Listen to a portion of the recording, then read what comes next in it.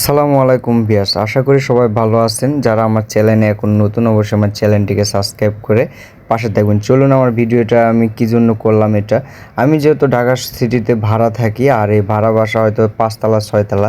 তো আমি একটা জিনিস চিন্তা করলাম, যেহেতু আমি যে বাসায় থাকি, এই বাসার আশেপাশে আমি যেদিকেই তাকাচ্ছি না কেন, চারিদিকেই সবুজ গাছপালা।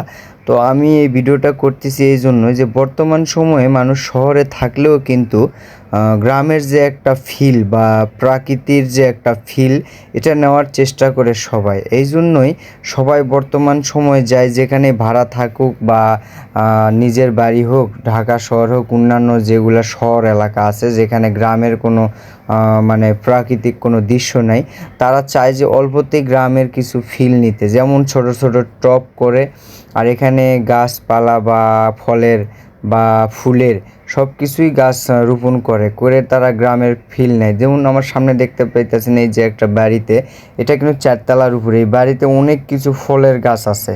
এটা আমি যে বাসায় ভাড়া থেকে, এই বাসার পাশে যেমন চেরি ফল আছে, ওই যে দেখতে পাইতেছেন বড় বড় জাম্বুরা, যেগুলা মাটিতে হয়, সেটা ছাদে হয়েছে এত বড় জাম্বুরা। তো আজকে আবার আকাশটাও কিন্তু অনেক সুন্দর লাগতেছে।